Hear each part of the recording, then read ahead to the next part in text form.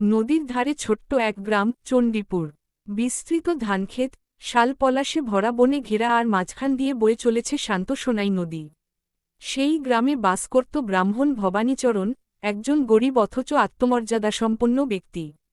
বয়স 60 ছুঁই ছুঁই, চোখে মোটা চশমা, কপালে চন্দন, গায়ে ছেঁড়া ধুতি, আর মুখে অনর সত্যের দীপ্তি। তার বংশে এককালে ছিল পুঁথিপাঠ, যজ্ঞানুষ্ঠান, মান্যতা। কিন্তু কালের খেলায় সব গেছে ফুরিয়ে, শুধু রয়ে গেছে ছোট্ট এক কুঁড়েঘর আর কিছু পুরনো পুঁথির পাণ্ডুলিপি। ভবানীচরণ এই সব পুঁথি পড়িয়ে পয়সা আয় করেন, তাও বছরে কয়েকবার, যখন আশেপাশের গ্রামে কীর্তন, উপনয়ন বা শ্রাদ্ধ হয়। তার স্ত্রী ছিল না, একমাত্র ছেলে গিয়ে মরেছে দূর শহরে শ্রমিকের কাজে। কেউ জানত না তার ঠিকানা, এমনকি বেঁচে আছে কিনা তাও নয়। গ্রামে সকলে তাকে বুড়ো ব্রাহ্মণ বলেই ডাকত।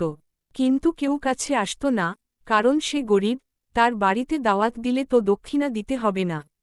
তবু ভবানীচরণ রোজ ভোরে স্নান করে, গঙ্গাজল ছিটিয়ে সংযতভাবে পুরাণ পড়েন নিজের একাকী ঘরে বসে।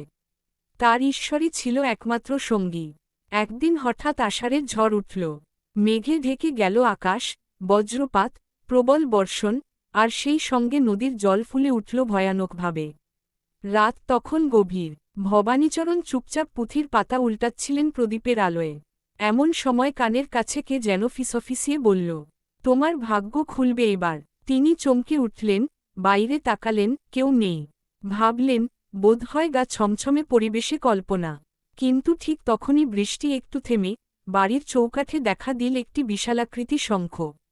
সত্যিই, নদীর দিক থেকে বয়ে এসেছে অদ্ভুত সুন্দর এক মোহনীয় শঙ্খ, তত বড়, যেমনটা কোন মন্দিরে রাখা থাকে। তিনি অবাক হয়ে হাতে তুলে নিলেন শঙ্খটি।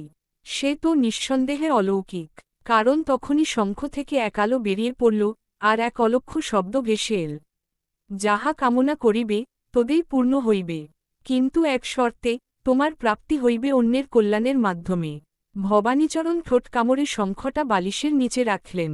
মনে মনে ভাবলেন, হয়তো ঈশ্বরের ইচ্ছাতেই এভাবে এক অলৌকিক পরিণাম ঘটতে চলেছে। এর পরের ভিডিও পেতে চ্যানেলটিকে সাবস্ক্রাইব করুন।